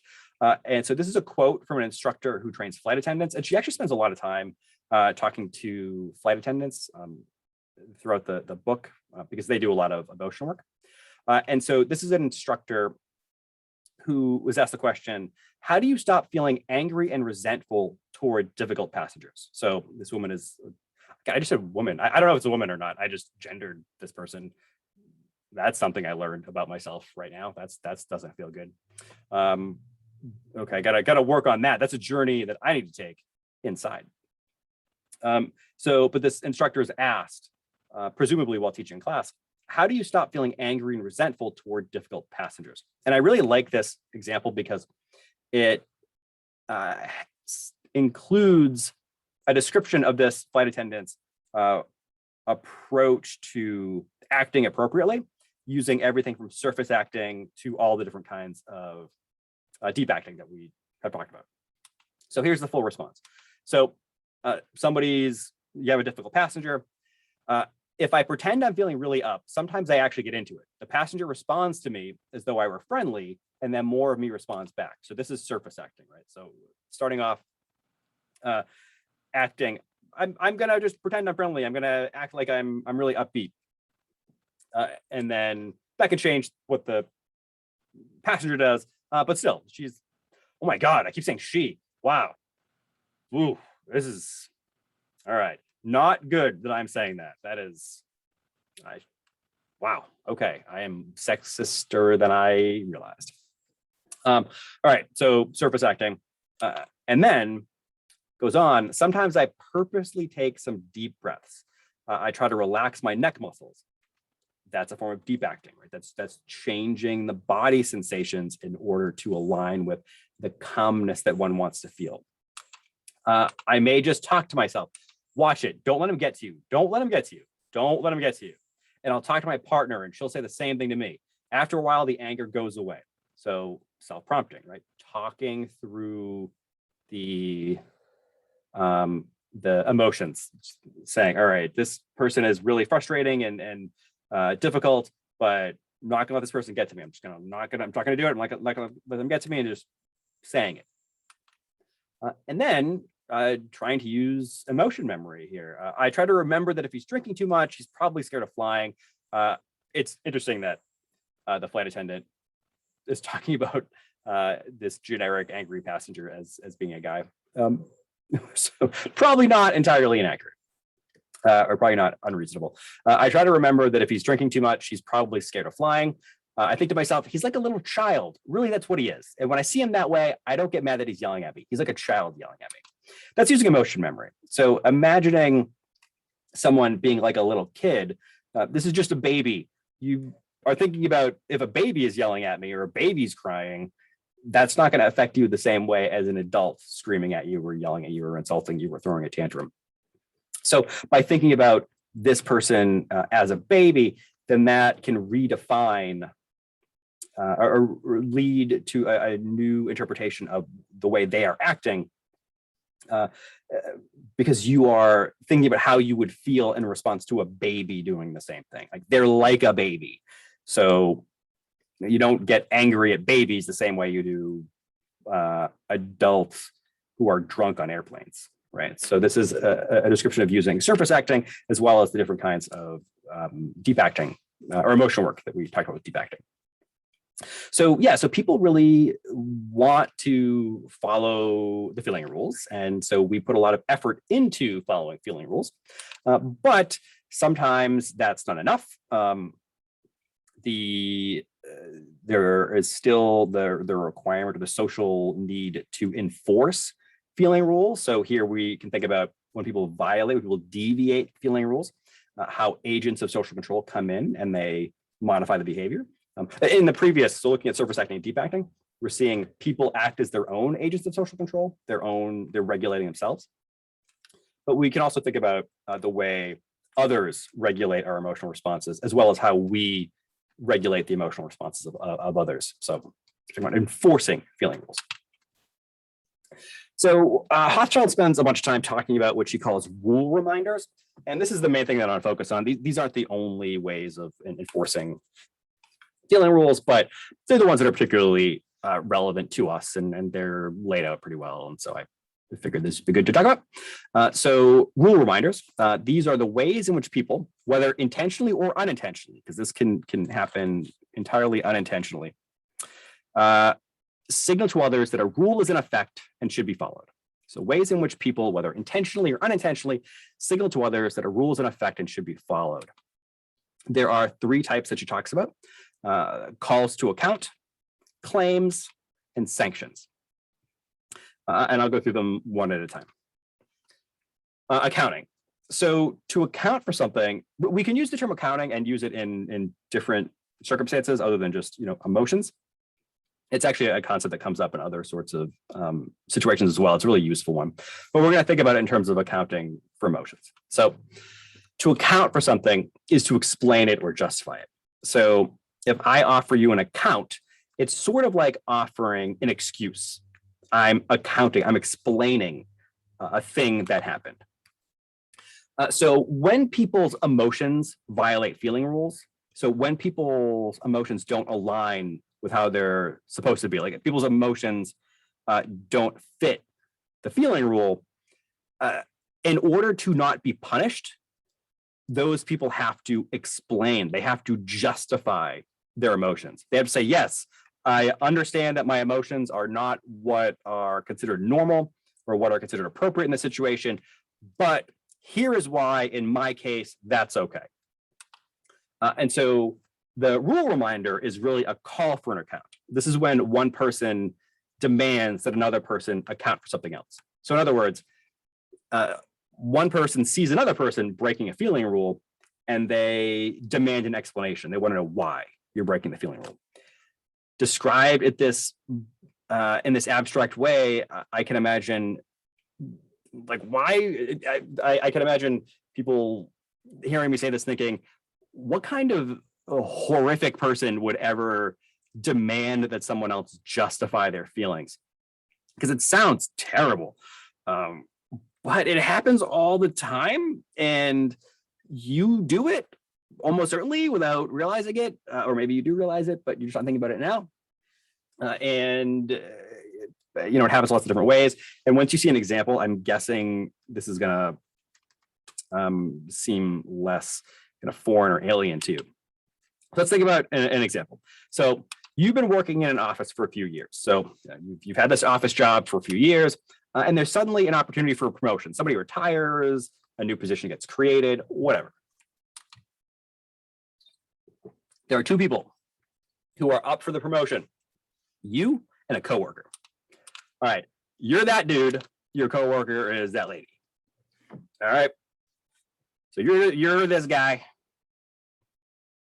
That's you. That's your coworker. All right. So the day comes to announce who got the position, and it's not you. Your coworker got the job. You wanted the job. You were one of the final candidates. Your coworker got the job, and this is what happens. Your coworker walks out of your mutual boss's office, having just been told that she's gotten a promotion, and she says, "I just found out I got the promotion. I'm stunned. This is a disaster." And she is clearly sad and angry about getting a promotion. A promotion, by the way, that you also wanted. So you are dealing with the fact, one, that this is how you're finding out you didn't get the promotion. And two, that your coworker who got the promotion that you wanted is not only not happy about it, but is actively angry about having gotten the promotion. You are likely to not be incredibly sympathetic to the upsetness that this person's feeling. If anything, you're probably going to be a combination of confused, shocked, and probably angry. Like, how dare you be upset about this? This is a good thing. What's wrong with you? It's good to get a promotion, right? So her feelings are a violation of the feeling. And then your reaction is likely to be, again, confusion and anger, and likely to be thinking something along the lines of, what's wrong with her? She just got promoted. And then that could just as easily turn into, you just got promoted. Why are you upset? That is a direct statement where you're saying, tell me why you're upset. Explain this to me. That's a call for an account. You just got promoted. Why are you upset? You just got a raise. Why are you upset? You just got your own private parking space. Why are you upset? You're in charge of an entire department now. Why are you upset? Now, in a situation like this, she is almost certainly going to feel compelled to provide an account. It's when you demand somebody justify their feelings, that's not something we would normally think of as, yes, that's something that we do. But in a situation like this, she is going to hear him, or she's going to hear you say, why are you upset? And her reaction is probably not going to be something like, none of your business. I'm upset because I'm upset. She is almost certainly going to feel compelled. She's going to realize, oh, I'm the one who's wrong here. I'm feeling the wrong thing. I need to explain this. So at this point, when you're calling for an account, you're not saying, hey, you're a terrible person. You're awful for feeling this way. You're saying, hey, I'm giving you the opportunity. I'm giving you the opportunity to explain why you feel bad so that you can prove to me that your bad feelings are justified. It sounds horrible to say it out loud, but put yourself in that position. If you are the person who's upset, if you're her, you're almost certainly going to feel compelled to justify, to prove that your upsetness is appropriate. And if you are in the other position, you're probably going to feel justified demanding that, right? You might not be quite as explicit as why are you upset? Excuse me, although you might be. But still, what is to some degree shocking about this is that neither person is probably going to see this call for an account as particularly inappropriate. And so she is going to likely feel like, no, I need to justify this. That's a reasonable question. I need to justify it. And so providing account. All right. So starting off with, yes, I'm angry and upset. And you are confused and angry that I am expressing this. And I know that most people would be excited. I know that, so I just got a promotion. I know that most people would be excited. And I don't want to seem ungrateful for this. I appreciate it. And that right there, that acknowledgement can open up the other person. Okay, there's a reason here, or potentially a reason. I'm going to suspend judgment, and I'm going to wait to see what she has to say. but I was already struggling with the job I have now. And with the job I have now, I almost never see my family, and now I'll see even less of them. And then that beginning of like, maybe there's something going on here turns to, oh, it starts to turn to pity. It turns to feeling bad for her, right? She's upset, starting to see that her sense of being upset is justified. And I might have to move. My kids are finally settling in and making friends here. They're going to be devastated.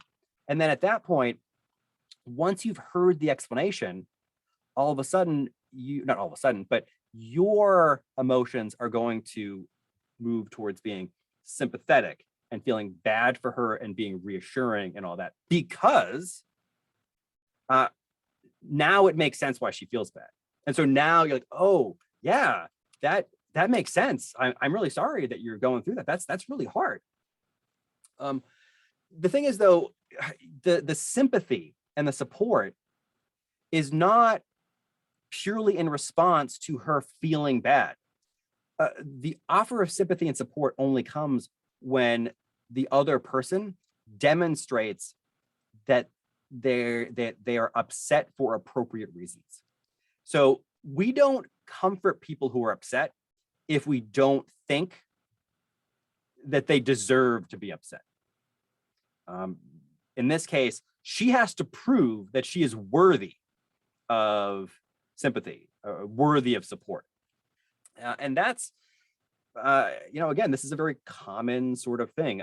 You've almost certainly been on both ends of this in one way or another. Now, what happens though if she doesn't feel compelled to provide an account? All right, so she is upset and angry, and then you say, "Why are you upset? You just got promoted." And so this is how the conversation plays out. So, what's wrong with her? She got promoted. You just got promoted. Why are you upset? I'm just upset. I don't need to justify to you. I don't need to explain why I'm upset to you. She could say that. Or she could say, I just didn't want the promotion, all right? Get off my back. Or she could say, it's none of your business. She could refuse to provide the account. When you say, why are you upset? Or you just got promoted, like that in and of itself is a call for an account as well. And she reacts with any one of these statements, that has not justified her upsetness and her anger. And not just you, but you and your coworkers, everybody else, definitely going to be confused and very likely to be angry with her. Now, you all recognize that she genuinely feels bad and she genuinely feels upset, but that's not enough to get you sympathy and support. You need to prove to other people that you are worthy of that sympathy and you're worthy of that support, which, if somebody says none of your business, then that's not, it doesn't work. It doesn't justify anything. I do want to emphasize though, that we can't just call for an account whenever we want. If somebody is feeling like, if someone on the bus is upset and walk up to you, you can't say, why are you crying? Or if somebody is, you randomly see an acquaintance and they seem down or happy, you can't just call for an account. I guess you can, but in order to not be deviant, in order to not be violating a rule, you can't just walk up to people and demand that they explain why they're feeling the way they're feeling. You can only call for an account when there's a rule violation. Okay. And then the person is socially obligated. They're compelled to justify, to prove that the emotion that they're feeling is okay for them to feel. And you get to judge it because you can reject their account. All right. So that's enough for accounting. Let's talk about the second rule reminder. Claims. So claims are direct statements about another person's feelings that either explicitly or implicitly remind that person how he or she, or they, I should say, is expected to feel. So claims are sometimes explicit, sometimes intentional, and obvious. So here's a classic example. Me and my friends are going to a movie later. No, you can't go to the movies tonight. Why not? I told you earlier, I have to work tonight, and so you have to watch your brother. That's not fair. You're so mean. I can't stand you. I have a 14-year-old. That is a very accurate depiction of what those conversations sound like. And so from the perspective of the mom, this anger that the daughter is experiencing is a violation of the feeling rule. daughter probably doesn't agree, but from the mom's perspective, it's a violation of the feeling rule. And so that gets followed up with, you're mad at me because I have to work, which I do. So you have food and a place to live. You shouldn't be angry with me. You should be grateful for everything I do for you. Those are both claims. So you're saying explicitly, you should not be angry with me. Yeah, I can see that you're angry. That emotion that you're feeling right now, no, you should not be feeling that. If anything, you should be feeling grateful. So you're explicitly telling the other person, your emotion is wrong, and here's what it should be.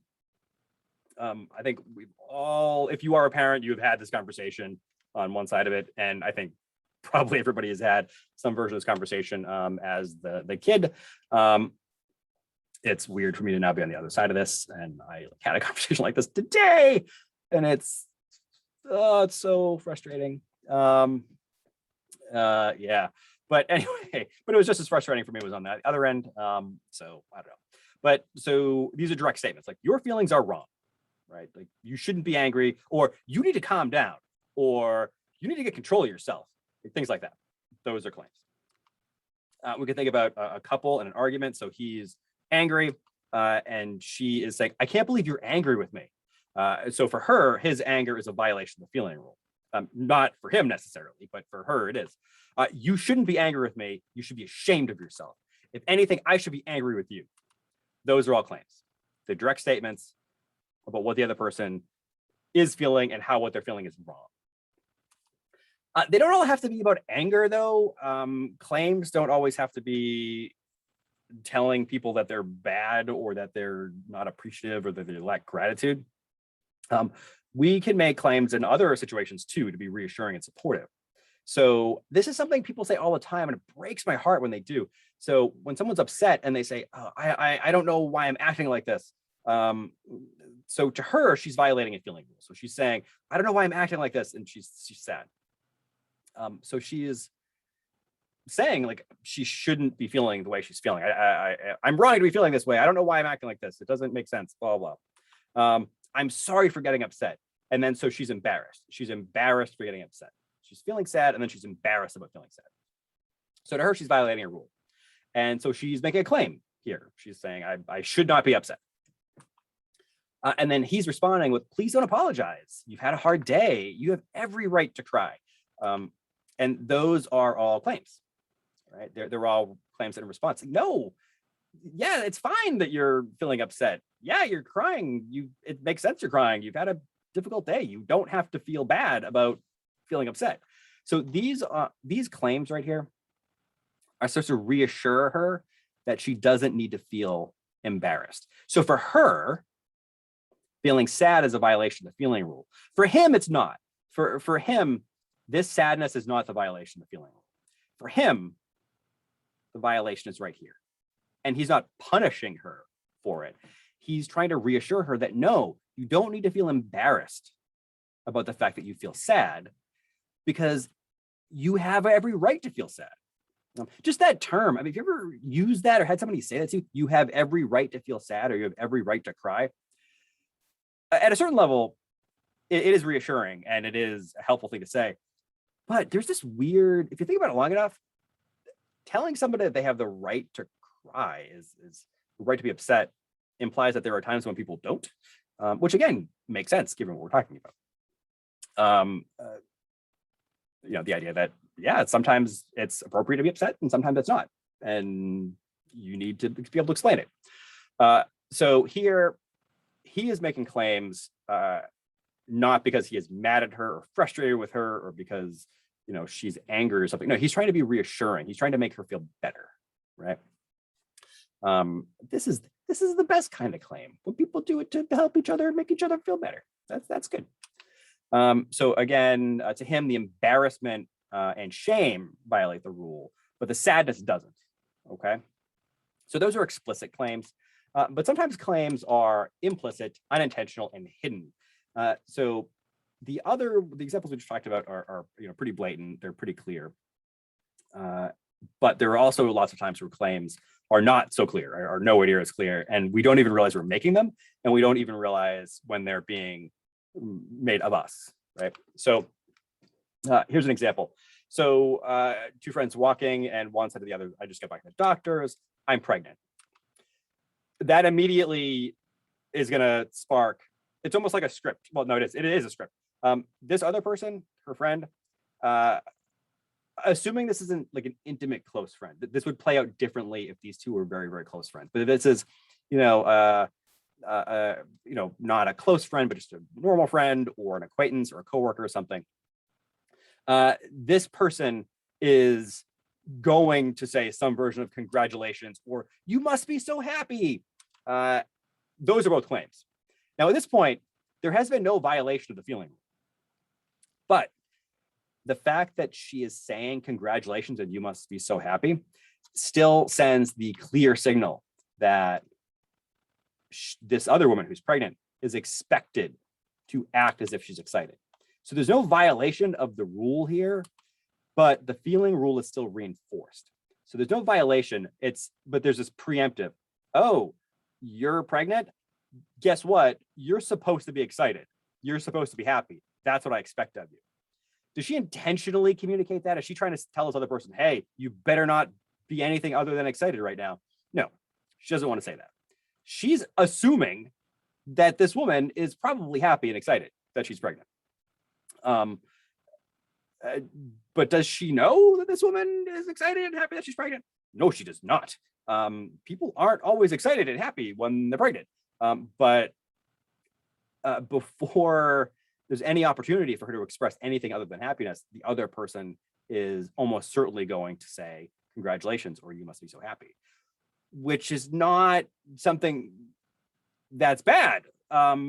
You're supposed to say that. If you don't say that, you're kind of a jerk.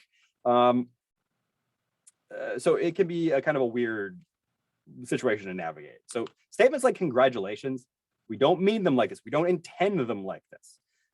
But implicit in them is the statement, I expect you to act as if you're excited.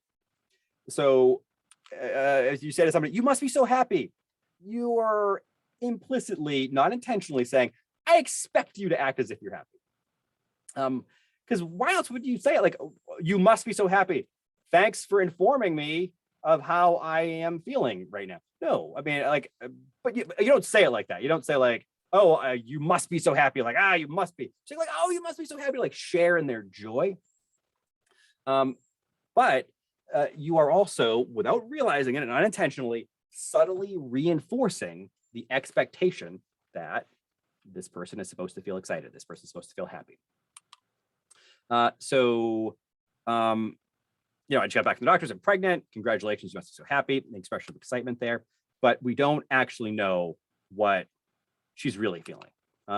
Now, in most cases, I'm assuming, I don't know this for sure, when people find out they're pregnant and they're telling people about it, they're probably at least somewhat happy about the situation. But is that always the case? No.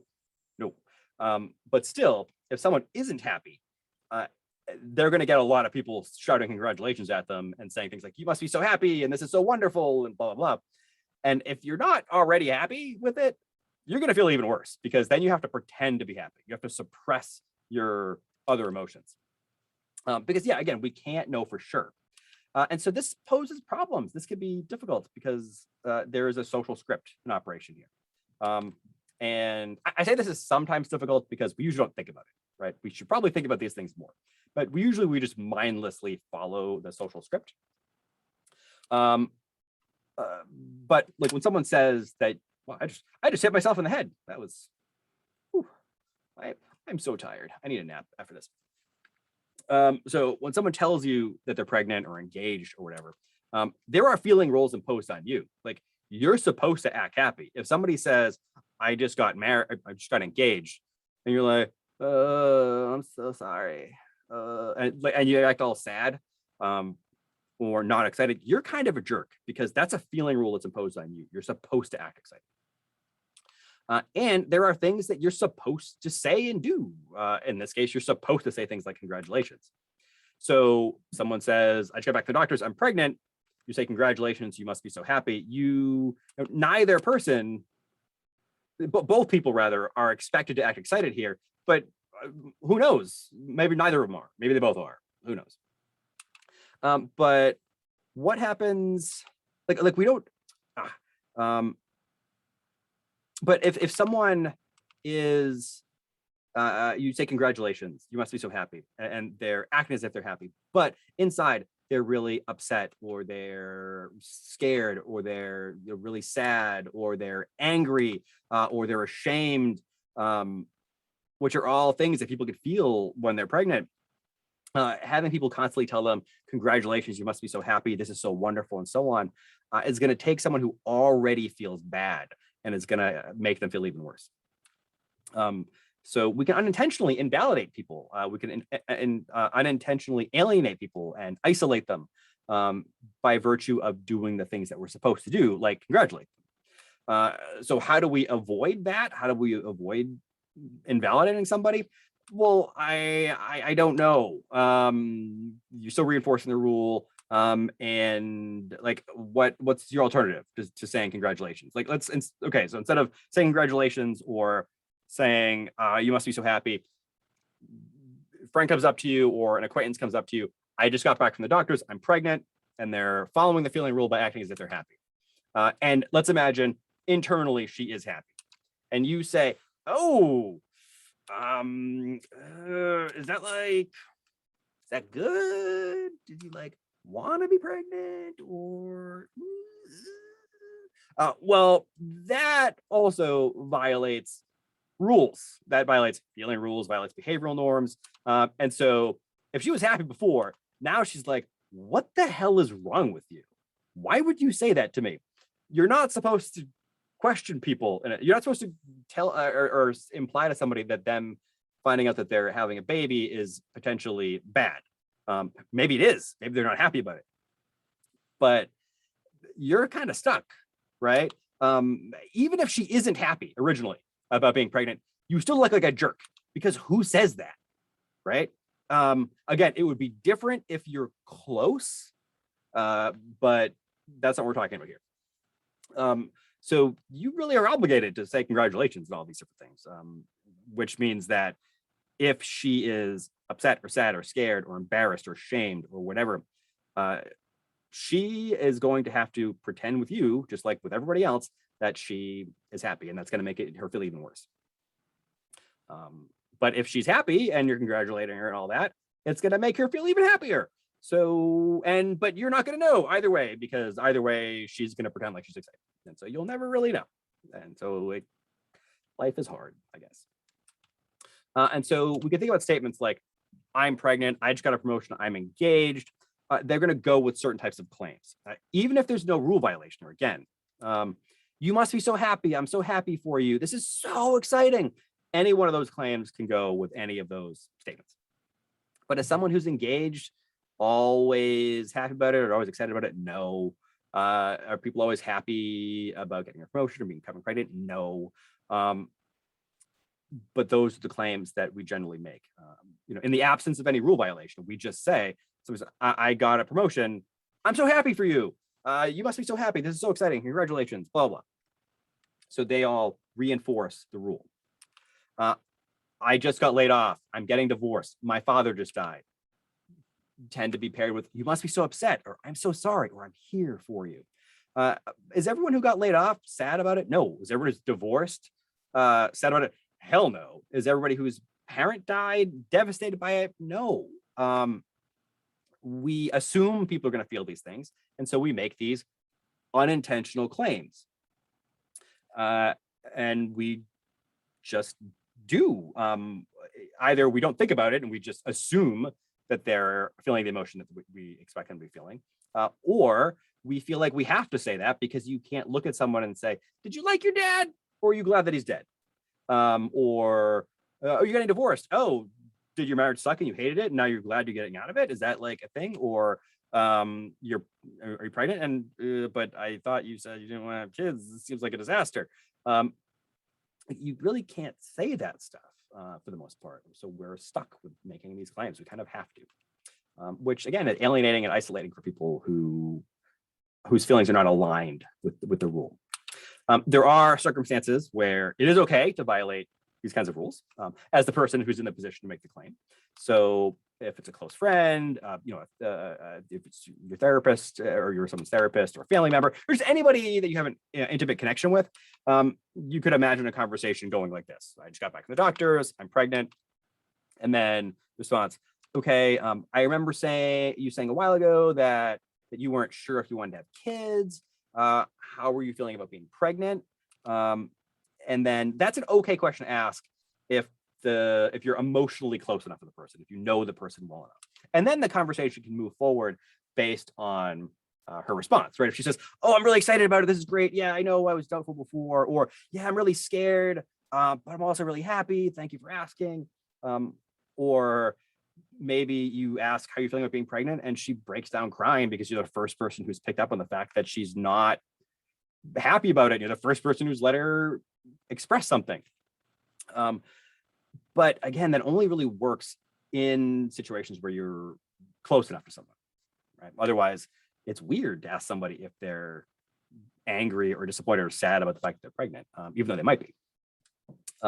So there are certain types of relationships that lend themselves to breaking out of the social script. But in the majority of situations, people just are going to follow the rule. They just do it. I just got back from the doctors, I'm pregnant. Congratulations, you must be so happy. And then the other person acts like they're happy, and they both act like they're happy. And you never know if anybody's actually happy or not. And so that's it for claims. And then for our final rule reminder, we're going to talk about sanctions. So sanctions, there's a problem here. And it's not a problem so much with the argument. It's a problem with me, or it's a problem with the argument. I don't know, one or the other. And that's, I don't totally understand what Hothschild means when she uses the term sanctions. I've read her description of it many times. I've tried to figure it out. I have not. So this is my stock photo stand-in. This is the stock photo lady who is representing me. I don't know. I'm not sure. I have a sense of what she means, but I need to be really clear. Well, I'm always giving you my interpretation of the arguments that I'm talking about, but in this case, it's even more specifically like a thing that I'm giving my interpretation. So the problem is, the reason why I'm confused about this situation, why I'm confused about the concept of sanctions, is that first, people already use the term sanction, and they use it for a particular reason, in a particular context. We've talked about sanctions before, and here's the definition I gave a while back. The sanctions are expressions of approval or disapproval given to people for upholding or violating norms. That's the definition I gave you earlier. And the basic argument is that sanctions maintain and reinforce social norms. So this is what they are, and this is what they do.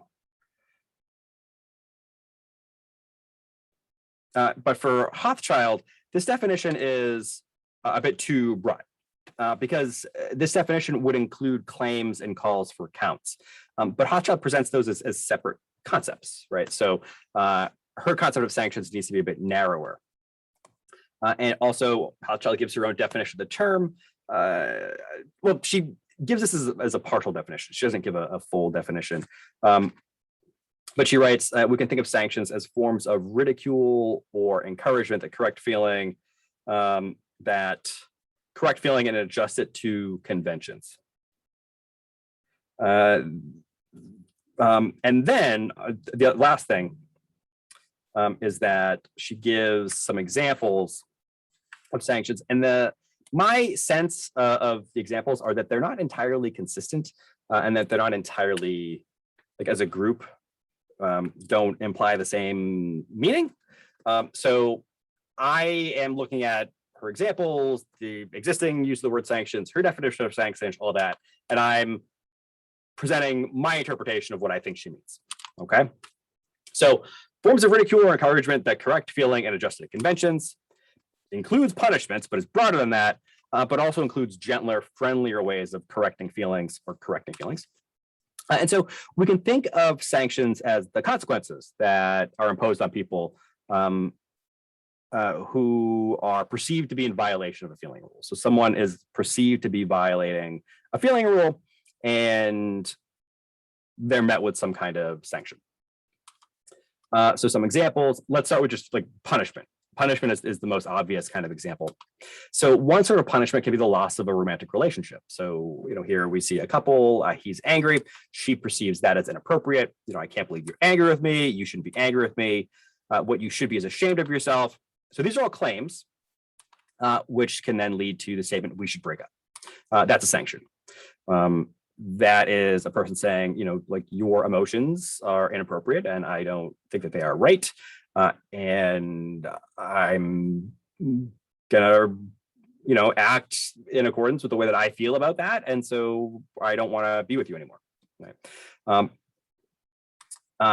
Can lose friendships, right? So imagine you have two friends, one of whom is just angry a lot. The second one says, look, I know we've been friends for a long time and I care about what happens to you, but I can't deal with your anger anymore. Like you're just too angry all the time. So lose my number. Right? I can't have you in my life. You're too toxic of a person. You can get kicked out of a store. So again, anger. None of these about angry people, but that's a lot of the time. So, sir, I've asked you to stop yelling several times. I'm going to call security if you continue to act like this. Okay. Here we have one that's not about sanctioning someone for being angry, but instead for being too low energy. So we can think about a class, and this kid has his head on his desk, and he's tired. And the teacher can say, like, "Hey, look, first pick your head up off the desk. I want to see more enthusiasm out of you. Everyone else is working without any problems, and I don't want to have to call your parents again." That's you're kind of calling the kid out in public and not implying, but saying, "Hey, I'm going to call your parents if you don't start, showing me more energy and focus here." And then one more. This is a really sad one, and I debated including this, but I think it's important because,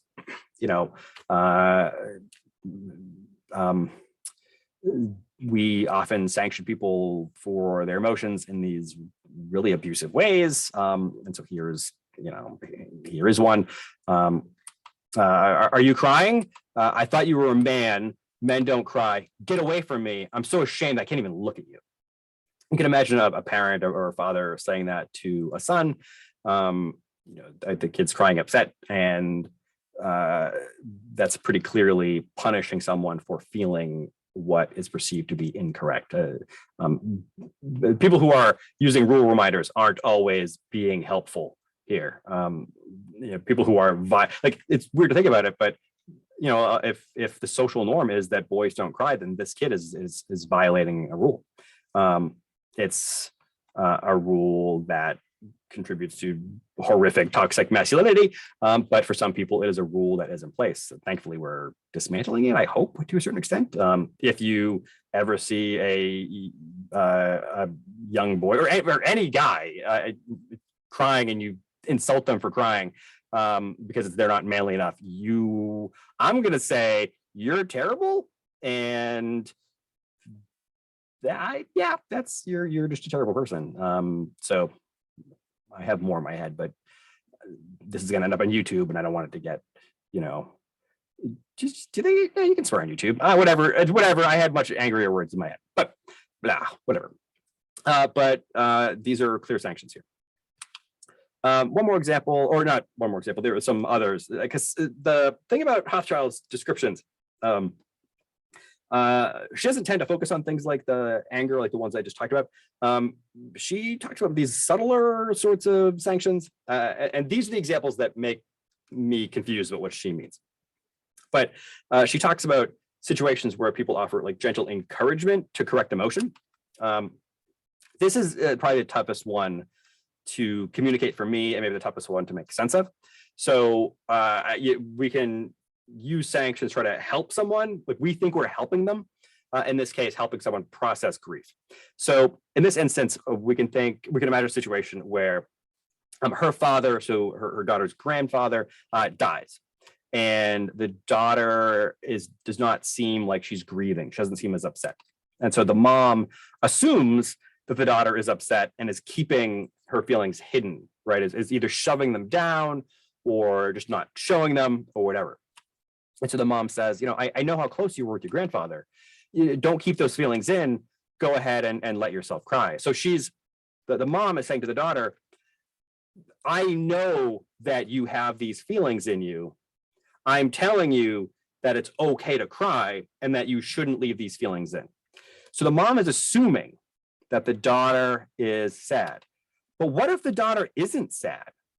What if the daughter isn't crying because she doesn't feel like crying, because she doesn't feel the sadness that would lead to cry? Maybe she's just feeling kind of down and tired and worn out. The loss of a loved one can leave you stunned. It can leave you reeling. It can leave you drained. You could be overwhelmed with everything going on. Maybe she's happy. Look, that sounds horrible, but no, it's not. Why is it bad? Maybe she already cried a bunch with a friend and mourned, or maybe she's the kind of person who, when somebody dies, she's just reflecting on the good times, and she's just grateful for them to have existed and be part of her life, and she's thinking about happiness, whatever. Maybe she's just, she's a teenager, and yeah, this thing is sad, but also teenagers tend to be pretty inward focused, and there's other stuff going on and other stuff's happening that she feels good about. People's lives are complicated. It's not like it's just one thing. Doesn't mean she didn't love her grandfather. But she can be happy about something else at the same time that she's also dealing with being upset about stuff. Maybe she's angry. People get angry at other people when they die. Cry about grandpa. Grandpa abandoned us when he died. Like, he said he was always going to be there for me, and now he's dead. That sounds, but people feel like that. I mean, that's they feel abandoned. People have all kinds of intense emotional reactions to death. And to assume that the reason why someone is not crying is because they're suppressing their emotions. Maybe they are, but maybe they're not, right? But here, there's this signal of, I know you're not expressing what you're actually feeling, so I'm gonna communicate to you that you can cry, you can feel this way, and then by doing so, I am also telling you that this is what you're expected to feel, right? So there's a claim built in there too. So is the daughter sad or not? We don't know. Okay. One last example, and then we're gonna wrap this up. This is another kind of weird one that I had never really thought of, but Hofschild points this out, and I think it's really useful. Things like affectionate teasing. So if someone feels embarrassed, or if someone feels down or something, and you have the right kind of relationship with them, sometimes playful ridicule, playful teasing can be very supportive. Like gentle insults, but not really insults, but they're just like teasing, but not bullying. Not mean-spirited teasing, but friendly teasing can be reassuring and make people feel more comfortable and make them feel better, and so on.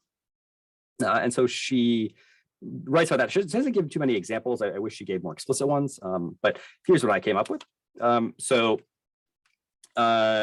Grandparents, granddaughter says, ready to go, because they had plans. Do you mind if we go to the movies next week? I just feel really worn out right now.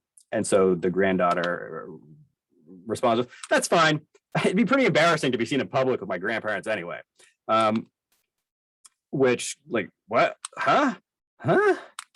And then they feel like they kind of take it as it's intended, and it's funny, right? Or the react is okay, yeah, the granddaughter pulls them in and engages with them, and is yeah, I wouldn't want to be seen with you guys anyway. That'd be really embarrassing. And then they laugh and then say, okay, fine, yeah, let's go. And so the emotion actually gets changed by her, kind of gently teasing them. And then obviously they have to give it back, or she's yay, and they get together. And then he's going to give it back with a quick thing. You know how you're not supposed to have a favorite grandchild? There's no rule about having a least favorite. So you can tease back. but everybody, people are getting along. This isn't mean spirited. It's people are just poking fun at each other gently, and in a way that's very healthy. But with Hothschild's description, this would also fit as a sanction. And so that wraps up sanctions, and that actually wraps up everything else as well. So just to quickly review, we talked about feeling rules, following feeling rules, specifically through surface acting and deep acting, enforcing feeling rules using these rule reminders, calls to account, claims, and sanctions. And that's it. And now I am going to take 37 naps because, oh God, this took a long time. Take it easy.